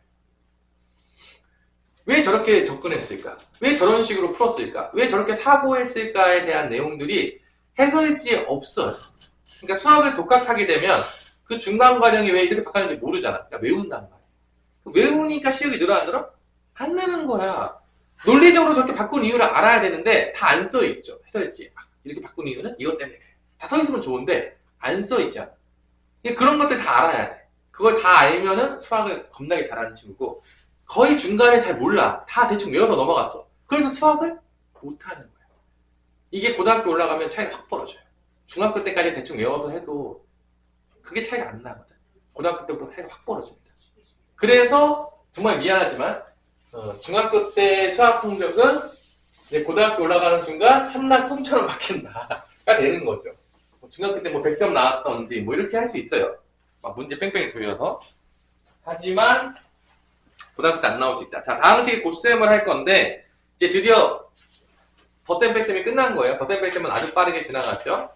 이 곱셈을 하기 위해서 가장 먼저 알아야 되는 게 뭐냐? 지수 법칙이에요. 이게 나온 이유가 있겠죠. 그 다음에 다음 식의 곱셈이에요. 이게 또 나온 이유가 있겠죠. 자, 내가 오늘 곱셈 공식을 들어갈지 안 들어갈지는 모르겠지만 못 들어갈 수도 있어요. 왜냐하면 여러분들이 갓난아기와 같이 본 다음에 되신다고 했어요. 자, 그러니까 결론은 지수 법칙, 다음 식의 곱셈, 뭐 곱셈에 대한 성질, 곱셈 공식 이런 것들에 대해서 되게 디테일하게 설명해 줬다는 거야. 결론은 선생님이. 그래서 오늘 숙제가 별로 안 나갈 수 있다는 여러분 기쁜 소식을 알려줄 수 있겠지만 뭐 곱셈 공식 정도 외우라고 시키겠죠. 그래도 숙제로 첫날이니까. 자, 잘 보세요. 지수 법칙이 뭐냐? 우리 연선아, 지수 법칙이 뭐야? 결론은 우리가 이제 배우잖아. 지수 법칙이라는 거. 그게 뭐죠? 지수에 대한 법칙이다라고 하는데 쉽게 보자고요. 우리가 이제 구구단은 이제 왜 나왔냐라고 물어본다면 구구단은 어떻게 왜 나왔지, 시연아? 왜 나왔지 구구단? 선생님 되게 이상한 거 많이 물어볼 거예요. 근데 되게 본질적인 질문이에요. 구구단 다 배웠잖아요. 못 외우는 건 없잖아요. 구구단에 왜 맨날 이거 하고 맨날 이거 나 했잖아. 근데 그 구구단 왜 외웠냐 이거야. 뭐 어디다 쓰려고 외운 거야? 언제? 아니 어떤 계산을 디테일하게 아니 연산하려고 썼겠죠. 당연히 뭐 연산하면서 배운 건 다 알잖아. 우리 태민아 구구단 왜 배웠습니까? 아니, 그렇게 많이 썼잖아. 너 구구단 엄청 썼을걸? 너 인생에서 벌써 한 10만 번 썼을지도 몰라요. 왜 배웠는지 알아야 될 거 아닙니까? 그래도. 아, 몰라도 돼요? 몰라도 돼요? 괜찮다. 곱셈은 왜 나왔을까요? 뭐 이런 질문들을 할 수 있잖아요, 여러분들이. 여러분들이 지금 이제 머리가 있잖아, 나름대로. 그래도 이제 중학교쯤 됐으면 여러분들 나름대로는 이제 내가 이제 컸다라고 생각할 텐데 그런 기본적인 생각들을 안 하겠지만 여러분들이 사고하지 않으니까. 근데 이런 구구단 왜 나왔냐? 구구단 그거예요. 결론은 같은 수를 여러 번 더한 거를 빠르게 하기 위해서 나온 거예요. 그러니까 왜 같은 수를 여러 번 더하는 게 필요했었냐? 우리가 보통 일반적으로 그냥 예를 하나 들게요. 이제 세금을 내요. 보통 이제 옛날 때 보면 세금 낼 때 이제 2당, 머리 하나당 세금 매긴다 볼게요. 여기서 이제 내가 다 200원씩 걷는다고 쳐야 돼요. 어느 정도 이제 삥을 뜯겠다. 여기서 200원 걷는 거는 쉬워요. 근데 고양시에서 200원씩 다 걷는다고 해봐요. 그럼 몇만 명이냐? 100만 명이 넘는데 그럼 100만 명을 넘게 더 해야 되겠죠. 생각해보세요. 자, 얘네 곱셈이 없었어. 그래서 내가 오늘부터 돈을 걷어야 되는데 이제 이걸 다 더해서 나중에 연산을 해가지고 마지막에 결산을 해야 돼. 곱셈이 없었을 때는 그 모든 200원을 100만 번을 넘게 더했을 거예요. 생각만 해도 아주 충격적이고 아주 스펙터클 하겠죠? 그죠? 근데 곱셈이 나오면서 이제 200원을 똑같은 수를 여러 번 더하는 거를 어떻게 할 수 있게 된 거야? 빠르게 할 수 있다는 거지. 지금 200원을 뭐 137만 5,290원이 있을 때 얼마 나올 것인가 할 때 200원은 157만 8,000원씩 더하는 친구들은 없을 거예요. 미친놈이죠. 그러면 이거 왜 배웠냐가 되는 거야. 그러니까 같은 수를 여러 번 더하는 거에 대해서 빠르게 연산하기 위해서 나온 게 뭐다? 그게 곱셈이에요. 그게 구단의 시초죠. 그럼 지수 법칙이라는 건 뭐냐? 같은 수를 여러 번 더한 게 아니라 뭐를 빨리 하기 위해서 나온 거죠? 같은 수를 여러 번 곱한 거를 간단하게 표현하기 위해서 나온 게 바로 지수 법칙이에요. 되게 간단한 거죠? 그러니까 그냥 이렇게 쓰면 되는데 수학자들은 왜 그래가지고 그냥 이렇게 썼어. 그냥 이렇게 쓰면 되지. 그냥 이 10번 쓰면 되잖아. 그래 10번 써. 이렇게 10번 써. 하나 둘 셋 넷 다 일곱 여덟 뭐 아홉 열 했어. 그래. 근데 얘는 이렇게 쓰기 싫다는 거야. 수학자들은. 정말 어떻게 쓰겠다는 거야? 그래 이렇게 쓰겠다는 거야. 지수 법칙이라는 거는 같은 수를 여러 번 곱한 거를 간단하게 표현하기 위해서 나온 거죠. 이게 끝이에요. 이게 끝이에요. 그러면 여러분이 다 알고 있어. 자 보세요. 여러분이 이제 지수 법칙에서 맨 처음에 배우는 게 뭐냐? 뭐 이런 거 배우잖아. 2의 3승과 2의 5승을 곱했어요. 그럼 뭐가 될까요? 이걸 외운단 말이에요. 애들이 대부분 애들이. 놀라워요. 진짜 이거 외운다니까요. 근데 이게 얼마나 외우죠 우리가? 이 지수를 어떻게 하나? 더하라. 이거 외운다니까요. 이걸 더하는 게 어이가 없는 거예요. 당연히 더해야 되죠. 왜냐? 이 1에 3번 곱해져 있잖아. 묻는 거야 너한테. 1에 5번 곱한 거를 했어요. 그럼 이가 몇 번 곱해져 있겠냐? 이거 묻는 거예요. 사실 실제적으로 보자면. 그럼 당연하겠지만 3번, 5번이니까 몇 번 더해졌다? 그래 더하는 거죠. 그게 당연한 얘기인데 이걸 외운다는 거예요. 진짜 많이 외워요. 아무것도 아닌 것들을 외운다는 거죠. 외울 이유가 뭐 가르치는 사람들이 외우게 가르쳤는지 아니면 우리가 머리가 나빠서 외운 건지는 잘 모르겠지만 이런 기본적인 것들을 외우는. 그럼 나눗셈도 보세요. 나눗셈도 보면은 2의 3승 나누기 2의 5승인데 우리가 다 알잖아. 나눗셈은 다 어디로 가죠? 분모로 가잖아. 또 누구나 알고 있지 않나요? 역수를 곱하니까. 그럼 이렇게 됐을 때 2가 밑에 5개 곱해져 있는 거고 위에 2가 3개 좀 곱해 있겠죠. 그럼 뭐 인간이라면 약분을 하겠죠. 약분하면서 이제 없어지는 거죠. 이렇게 여기 밑에 몇 개 남았다? 2개 남았다. 이게 제곱분의 1인 거죠. 그래서 이제 뒤에가 더 크면 분모에서 남는다. 뭐 그런 얘기들이 여기 있지 않아요? 거기 어디 있어? 지수법칙이 있는 거예요. 그런 얘기가 있는 거죠. 여기 있잖아요. 지수법칙이. 있어요? 없어요? 있죠? 이게 다 그런 얘기인 거예요. 사실 이걸 외울 이유가 없는 거지. 그냥 지수에 대한 정의를 알면 당연한 얘기를 하고 앉아있는 거예요. 당연한 얘기를. 근데 이걸 외운다는 거죠. 우리는. 이게 놀라운 일이죠. 이게 수학이 잘못 배우게 된 거죠. 선생님 같은 경우는 당연하겠지만 이런 것들 다 해보죠. 절대로 넘어가지 않습니다. 난 그냥 배운 거를 하나씩 다 해봐요. 저게 왜 되는지 증명하고 다 넘어가는 게 몸에 배어있죠. 선생님 이 T라서 그런지 모르겠지만 나는 내가 해보지 않은 건 절대 믿을 수 없다. 선생님이 가르쳐줬다고 할지라도 내가 증명하기 전까지는 난 그게 맞다고 생각하지 않는다라는 게 선생님 성격이에요. 어려부터. 그러니까 내가 다 해보는 거예요. 내가 증명해서 저게 맞다는 게 증명되지 않으면 난 넘어가지 않는. 그게 이제 수학을 잘하게 되는 가장 첫 번째 조건이에요. 논리적인 사고에 대한 첫 번째 조건이야. 내가 해보지 않았지만 난 듣고 믿겠다. 이런 게 바로 되게 위험한 거죠. 여러분 뭐 유튜브에서 여러 가지 방송들이 나오는데 헛소리들이 겁나게 많아요. 유튜브는 공신적으로 맞는 게 아니에요. 참고로 공중파 탐사도 100% 맞는다고 보장할 수가 없어요. 참고로 해줄게요. 유튜브는 더 믿을 수가 없죠. 근데 대부분 사람들이 유튜브를 신뢰한다는 거예요. 되게 위험한 거죠. 여러분들이 판단해야 돼요. 이게 맞는 얘기인지 안 맞는 얘기인지. 어떻게 판단해야 되죠? 논리적인 사고를 가지고. 왜냐면 누가 떠들었다고 다 맞는 얘기가 아니니까. 그러면 이제 가짜 뉴스에도 속을 수 있는 거고 내가 거짓말에 속는 거죠. 그러니까 그렇게 살면 안 되는 거죠. 이렇게 1인 미디어 시대에는 더 가짜 뉴스가 많아질 거예요. 그러니까 여러분들이 논리적인 사고 능력이 없으면 속아요. 그럼 어떻게 되죠? 끝은 어떻게 되는 거죠? 사기를 당하는 거죠. 이게 끝의 수순이에요. 어쩔 수가 없는 수순이거든요. 그러니까 똑똑하지 않으면 다 사기당하고 살아요. 죽을 때까지. 그래서 우리가 인생을 쉽게 말해서 사기를 당하고 끝까지 사는 게 바로 인생이다라고 할 정도로 사기를 많이 당해요. 왜냐? 모르니까. 근데 알면 알수록 우리는 사기를 안 당하는 거죠. 그래서 여러분들이 점점 똑똑해져야 돼요. 그러면 이제 보세요. 내가 2의 제곱의 세제곱이다. 이게 뭔 소리냐? 우리 한번 표현해보자. 이게 뭔 소리냐? 우리 태민아. 네가 해석해보면 이게 뭔 소리야? 2의 제곱의 3. 그래. 2의 제곱. 2를 2번 곱한 거를 몇 번 곱하겠다? 3번 곱하겠다는 거야. 그러니까 이게 이 소리예요. 이거를 3번 곱하겠다는 얘기야, 결론은. 쉽게 보자면. 그러니까 얘네들 어떻게 한다? 곱해야 되는 거죠. 왜냐? 2, 3은 6이 돼 있을 거 아니야. 그래야지. 이게 다 나오는 거죠. 근데 여기 나온 대부분의 법칙들은요, 뭐 당연하겠지만, 뭐 이런 것도 있어요. 3분의 2의 세제곱이다. 뭐 당연하겠지만, 3분의 1을 몇 번 곱하라는 거야? 3번. 그래요. 3분의 1을 3번 곱하라는 얘기죠, 결론은. 저 얘기가. 그러면 분모는 분모끼리 곱하고, 분자는 분자끼리 곱한다고 우리가 언제 배웠어요? 분수의 곱셈에서 배웠어요, 안 배웠어요? 배웠잖아요. 그러니까 이게 각각 들어간다는 얘기죠, 이렇게, 결론은. 근데 이제 이거 보세요. 이거 이제 나오는데, 이거 은근히 많이 나오잖아요, 이런 거. 뭐 A, B의 뭐 제곱이 됐다. 그럼 각각 들어가잖아. 근데 이제 이거를 내가 이렇게 써볼게. 2 곱하기 3의 세제곱을 만약 썼다고 치면, 이게 2의 3승과 3의 3승이 되려면 꼭 성립해야 되는 법칙이 있어요. 뭐냐? 교환 법칙이. 그러니까 왜 이게 교환 법칙이 성립해야 되냐? 되게 디테일하게 이렇게 설명을 들어본 적이 있을지 모르겠어요. 별로 없을 수도 있어요, 여러분들이. 들어본 적이 있어요?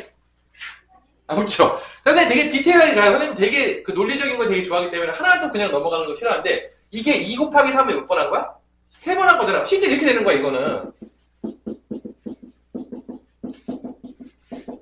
당연하겠지만 이게 교환 법칙이 성립하지 않으면 얘네 자리에 바꿀 수가 없다는 거야. 이게 곱셈이 교환 법칙이 성립하니까 이 2가 다 앞으로 몰리는 거야. 왜냐? 교환해도 바뀐다 안 바뀐다 결과가 바뀌지 않으니까. 그러니까 이게 교환 법칙이 성립하니까 2를 앞으로 다 몰아넣는 거예요. 그냥 교환해가지고 3은 다 뒤로 몰아넣는 거예요. 그러니까 이게 되는 거죠. 그러니까 이거 같은 거 A, B의 뭐 N승 나오잖아. 이게 각각의 A의 N승, B의 N승이 될 수 있는 거는 어떤 것 때문에 되는 거냐면 곱셈의 교환 법칙이 성립하기 때문에 가능할 수 있는 것들이라는 거예요. 이런 것들이 디테일하게 들어가자면 일단 뭐 그런 것들에 대해서 우리가 지수 법칙에서 배우는 거죠. 이런 것들을 배우는 거예요.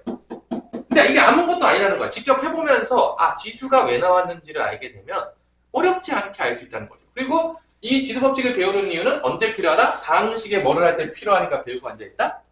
곱셈을 할 때 필요하니까 배우고 앉아있다. 지금 그 얘기예요. 자, 그래서 이런 것들에 대해서는 여러분들이 직접 해보면서 지수 법칙을 이해하세요. 뭐 그렇게 어려운 거 아니에요. 여러분들 지능 정도면 다 이해할 수 있어요. 스마트폰을 쓸 수 있었다. 그럼 다 이해할 만한 정도의 수준밖에 안 되는 거예요. 만약 이거 이해 못할 정도면 내가 볼 때 스마트폰 사용하기 좀 어렵지 않을까라는 생각을 하거든요. 그 정도 지능이라면. 근데 여러분들이 해보냐, 해보면 다 따져보냐, 따지지 않느냐, 그냥 대충 외우고 넘어가느냐, 이걸 다 해보냐. 그게 여러분들의 수학 실력의 차이예요. 결론적으로 보자면.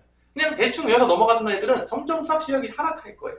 근데 하나씩 다 따지면서 이해하고 왜 그런지를 저기 꼼꼼히 따지면서 그거를 통해서 문제를 푸는 습관을 들이는 친구들은 점점 수학을 잘할 거예요.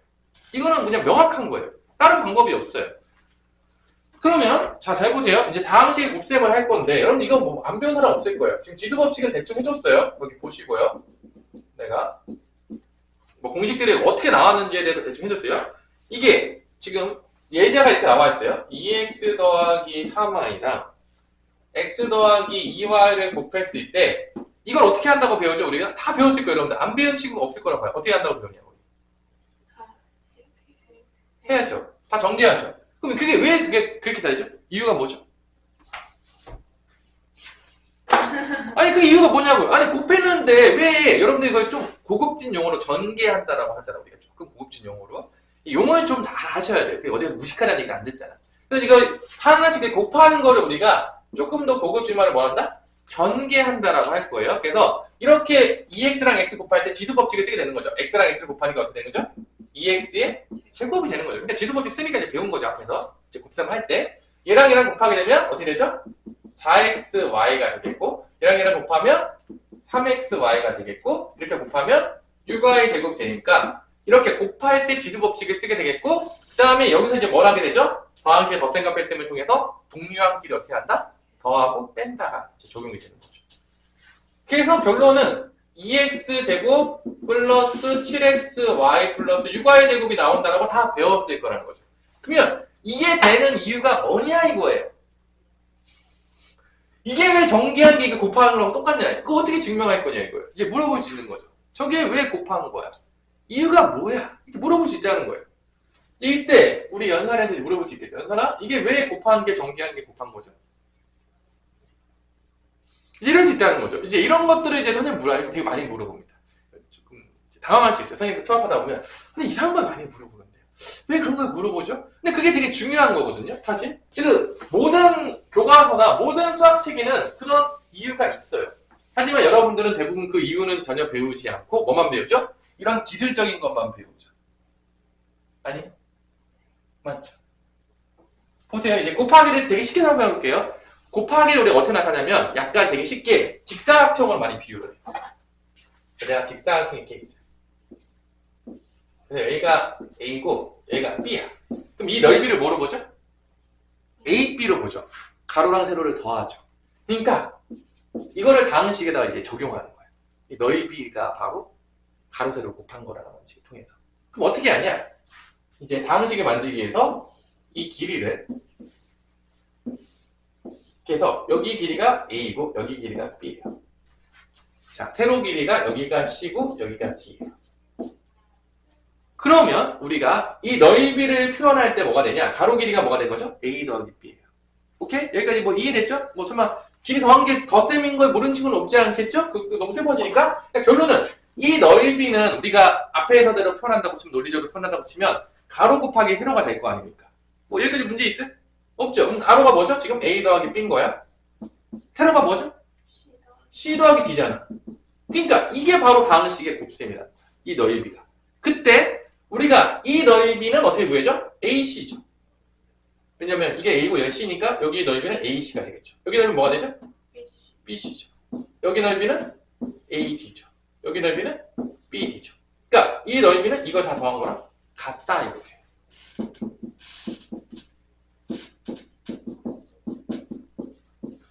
그러면 이게 전개하면 나오겠구나라는 거를 증명할 수가 있는 거죠.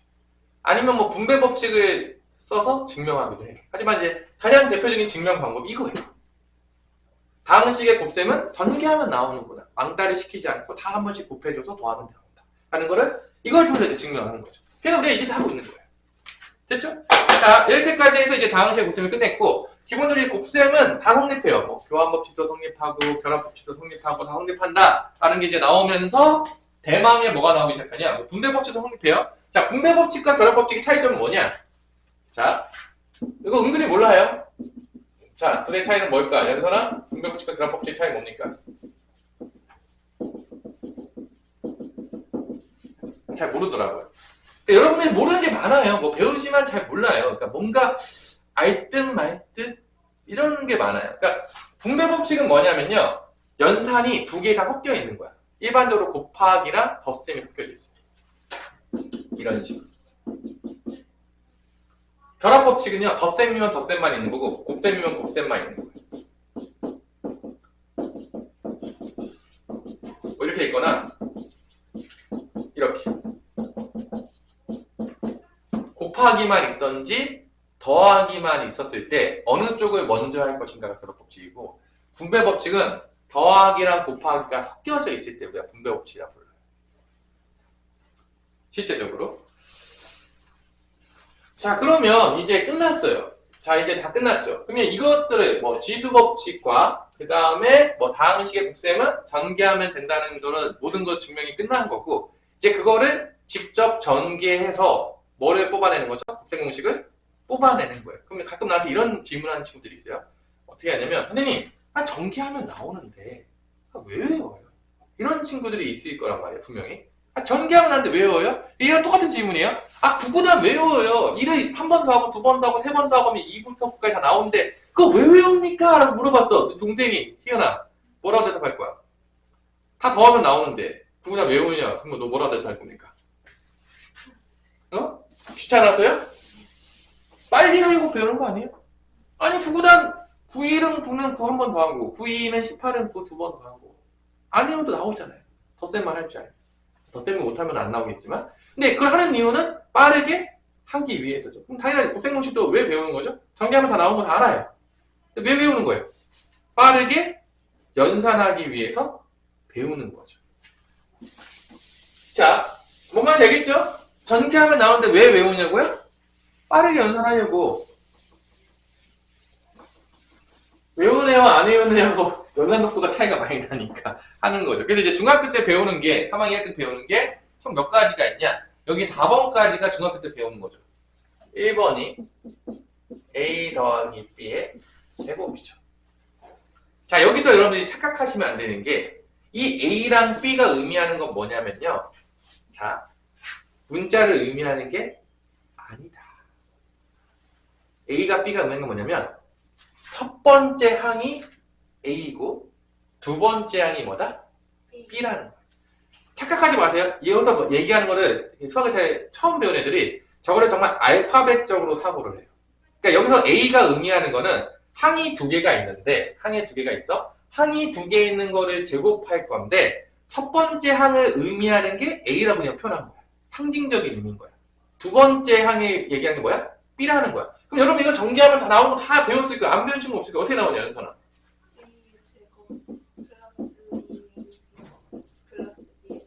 결론은 이게 뭔 소리냐? 이거를 봤을 때 내가 이 A, B가 뭐로 바뀌든 관계없이 A를 첫 번째 항 제곱해서 쓰고 두 개를 곱한 다음에 두 배에 갖다 쓰고 마지막 거를 제곱해서 갖다 쓰라는 얘기야. 만약에 내가 이렇게 나왔어. 이렇게 됐어. 예를 들어서. 그러면 결론은 이거를 안다고 치면은 우리가 이렇게 쓰는 거죠. 이 앞에 첫 번째 항을 제곱하는 거예요.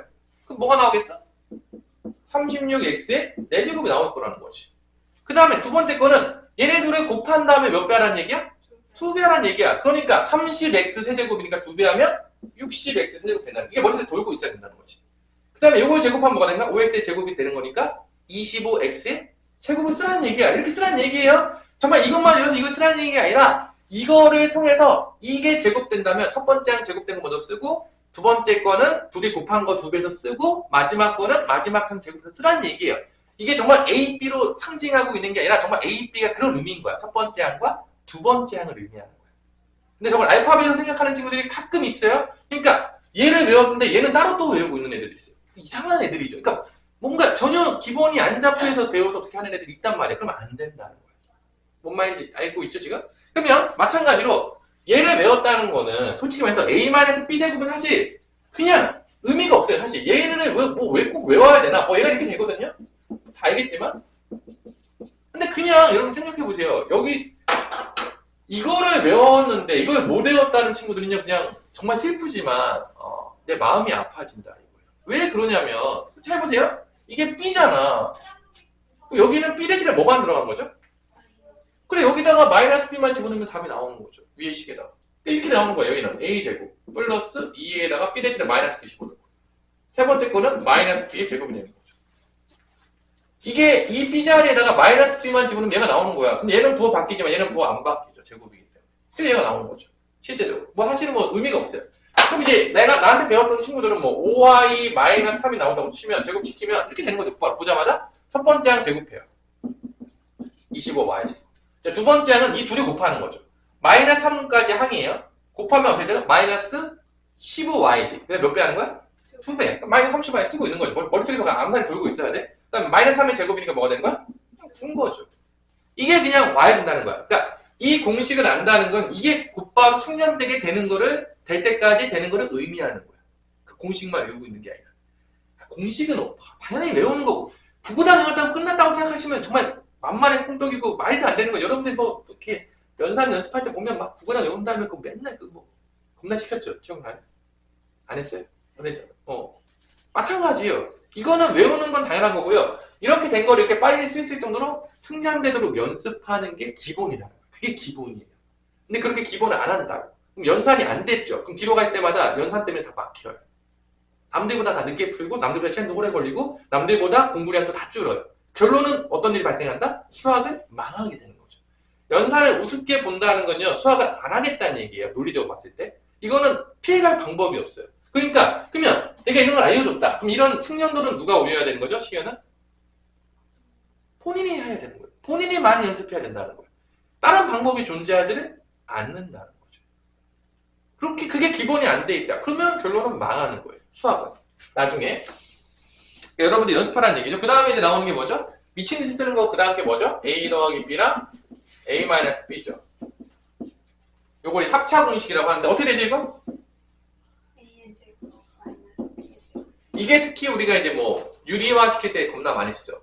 분모에 유리화 시킬 때. 왜냐면 제곱하면 뭐를 탈출할 수 있으니까? 무리수를, 루트를 탈출할 수 있으니까. 근데 이건 뭐 미친듯이 많이 씁니다. 이 A제곱 마이너스 B제곱은 뭐 우리 고등학교 내내 거의 뭐 죽을 만큼 수능 보기 전까지 미친듯이 많이 쓰기 때문에 무조건 가장 기본적으로 알아야 될 공식 중에 하나죠. 전개하면 나오죠. 그래서 결론은 그럼 이게 의미하는 건 뭐냐? 자, 이거의 의미를 설명해 줄게요.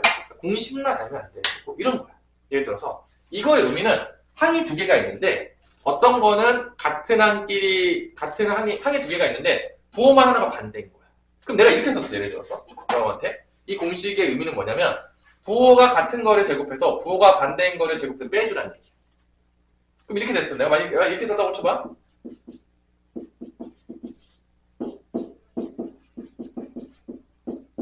이렇게 썼어. 그럼 어떻게 계산해야 될까? 희연아. 이거 보자마자.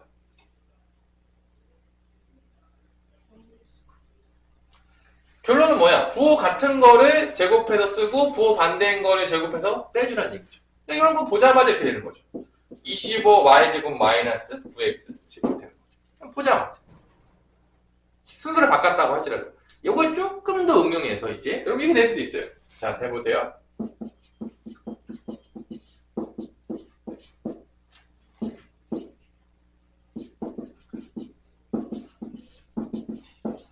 이렇게 된다고 쳐. 자, 약간 응용을 더 시켰어요. 그럼 여기서 보면 알겠지만 부호 같은 놈을 찾아야 돼. 얘가 부호 같은 거야. 얘를 하나로 묶어서 제곱하는 거야. 약간 치유하는 느낌이죠. 부호 반대인 놈을 제곱해서 빼요. 이 얘기 쉽게 보자면. 그러니까 이게 이렇게 확대될 수 있다는 거지. 그러니까 이 공식의 의미가 정말로 저 공식 끝나는 게 아니라 서로 뭔가가 곱해져 있는데 항이 똑같은데 한 개만 부호가 반대인 거야. 그런 게 나왔을 때는 부호 같은 놈들을 제곱해서 부호 반대인 놈을 제곱해서 빼주라는 얘기예요. 이 얘기가. 쉽게 보자면 이런 식으로 이제 활용될 수가 있겠다. 그 다음에 이제 3번, 4번은 왜 배웠죠? 3번, 4번은 2차 방정식에서 나와서 이제 인수분해 하기 위해서 많이 배웠던 게 바로 3번, 4번이죠. 아닌가요? 맞아요. 그래서 이것까지가 이제 중학교 때 거 한 거죠. 시간이 이제 많이 됐는데. 이게 내림차순 정리하죠? 아닌가요? 맞아요. 여기는 내림차순 정리하잖아, 본능적으로. 4번까지는 다 했던 것들이죠. 내가 굳이 하지 않더라도.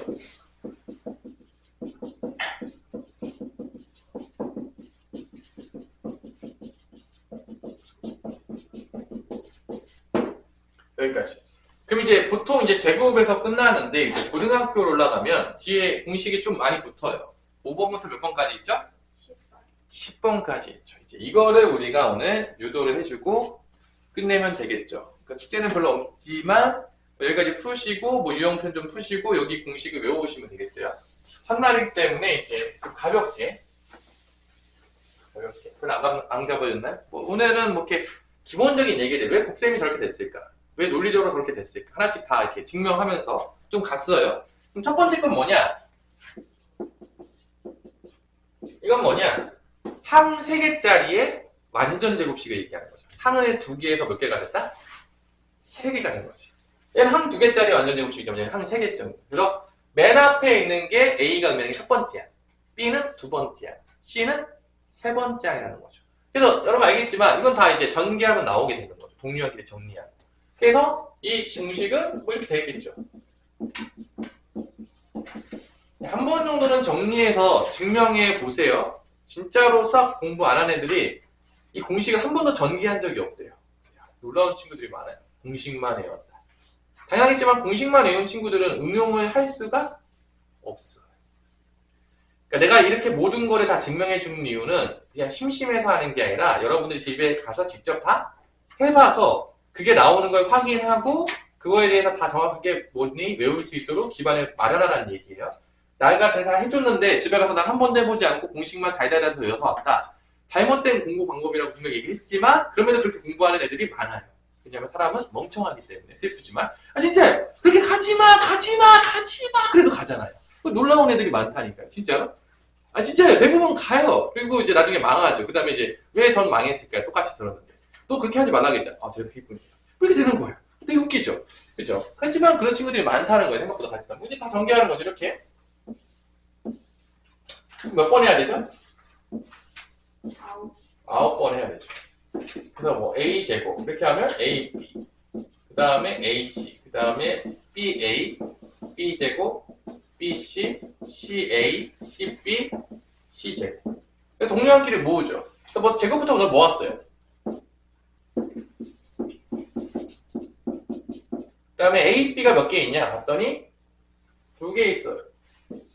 2ab로 쓰고 bc도 몇 개 있죠? 2개 있어요. 2bc 써주고 ca도 몇 개 있죠? 2개 있고. 그럼 이게 의미하는 게 뭐냐?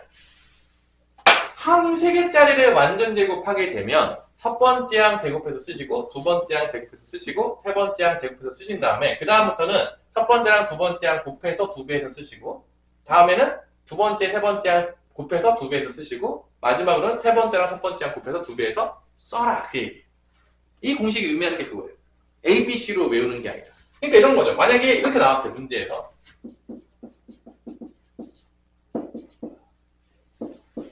이렇게 나왔어요. 그러면 이 공식대로 하자 그러면 당연하지만 첫 번째 항 제곱해서 써요. 두 번째 항 제곱해서 써요. 세 번째 항 마이너스 5g까지 해서 제곱하면 25g제곱이 돼요. 뭔 말인지 알겠죠? 각각의 항들이 A, B, C가 항을 얘기하는 거예요. 그 다음에 이 둘을 곱해서 2배예요. 곱하면 6xy죠. 2배하면 12xy 쓰라는 거야. 이렇게 쓰라는 거야. 전개하지 말고. 얘네들을 곱해요. 또 마이너스 15yc죠. 2배하니까 마이너스 30yc라고 쓰라는 거예요. 그 다음에 얘네 둘이 또 곱해요. 마이너스 10이니까 몇 배가 되는 거죠? 마이너스 20이라고 쓰라는 거죠. 이걸 원하는 거예요. 그러니까 이렇게 보면은 이렇게 곧바로 써라. 전개하지 말고 빠르게 쓰라는 거예요. 전개하면 나와요. 다 알아요. 나도 알고 있는데 전개하지 말라는 거야. 왜? 시간을 단축하기 위해서. 구분하는 외우랑 똑같은 이유예요. 남들은 다 이렇게 바로 쓰고 있는데 나 혼자 전개하고 있으면 나만 겁나게 연산이 느려지는 거예요. 맞았지만 맞은 게 아니라는 거예요. 그래서 이런 숙련도가 될 때까지 어떻게 된다? 연습해야 된다. 1단원이 재미도 없고 연습도 해야 되는 슬픈 단원이에요. 뭔 말인지 알겠죠? 근데 이 연습은 내가 하는 게 아니라 여러분들이 해야 된다는 거죠. 결론은. 그러니까 다 증명도 해보시고요. 그런 얘기예요.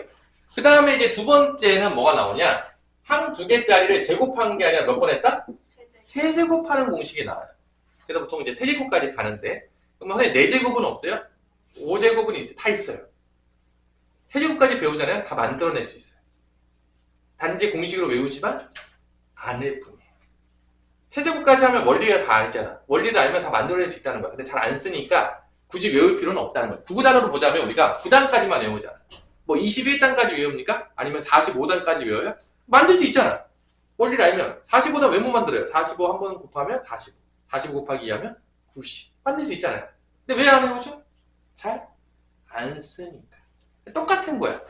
세제곱까지만 배우는 이유는 뭐냐? 세제곱까지 많이 쓰는 거고, 그 다음 잘 안 쓰니까. 오케이? 만들어내는 건 어렵지 않을 것이다. 원리만 알고. 똑같은 얘기예요.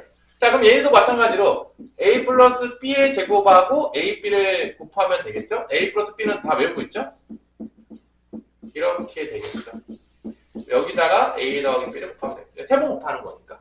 근데 이게 전개해가지고 또 뭐 하는 거죠? 동료한끼리 정리하는 거죠.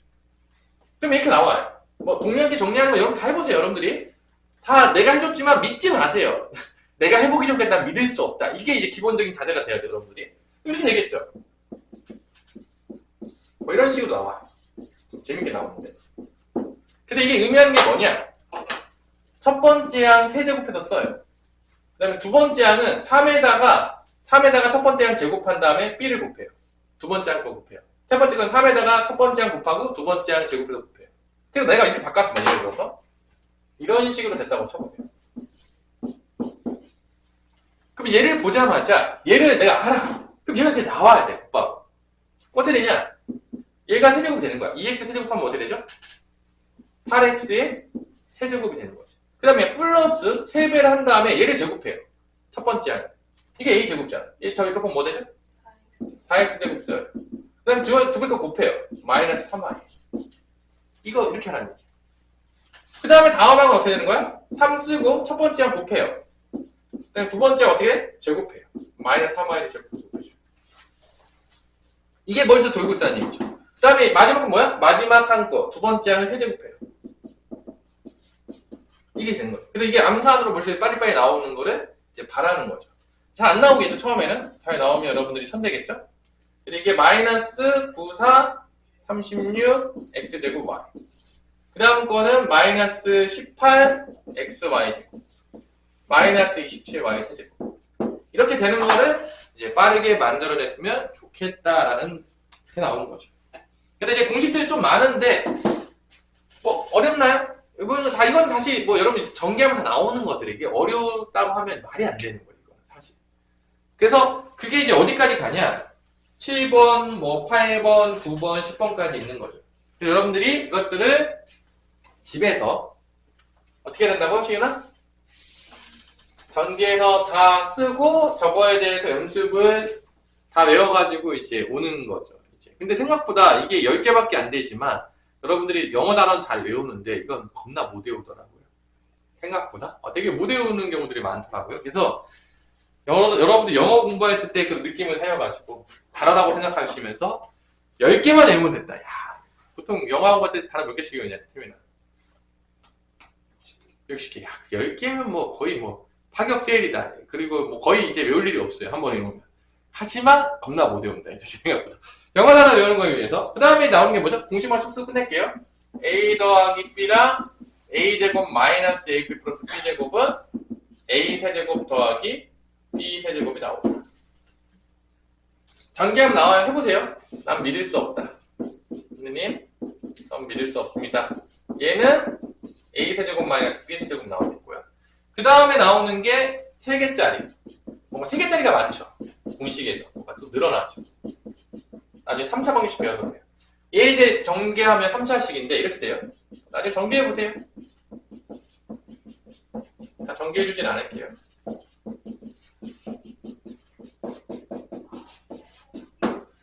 이렇게 되고, 그 다음에 9번이 이제 여러분들이 제일 외우기 싫어하는 공식 중에 하나. 겁나 싫은데. 엄청 길죠? 안 기나요? 이 정도는 뭐 껌인가요?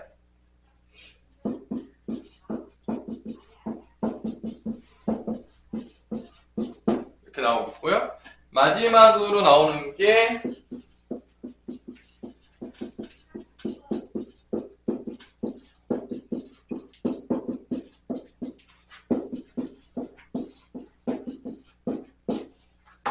자, 이렇게 나온다는 거 참고하시고요. 그래서 요 10개에 대해서 여러분들이 다음 시간에 열심히 외워오시면 되겠고요. 그 전개했던 내용들은 11페이지에 보면 이렇게 열심히 전개해서 또 애들이 해줬어요. 아주 친절하게. 여러분들이 얘를 다 해보시면 되겠다, 안 되겠다? 되겠다. 그래서 11페이지까지가 숙제가 되겠고요. 그 다음에 곱셈공식 외워오는 것도 숙제가 되겠고요. 그 다음에 유형편이 있을 거예요, 아마. 유형편도 뭐 거의 진도를 안 나왔기 때문에, 그러니까 거의 뭐 덩어때 뺄셈 복귀 좀 하고, 그 다음에 다시 한번 마지막으로 언급을 하자면, 이 책이 무슨 책이죠? 개념서예요. 정말 미안하지만 제일 쉬운 책이에요. 약간 그러니까 개념서에서 개념을 안 봐요. 그러면 개념서를 살 이유가 있을까요, 없을까요? 그러니까 개념서를 보면서 한 땀 한 땀 다 여러분들이 이해를 하시고 개념 노트를 적는 친구도 있으면 좋아요.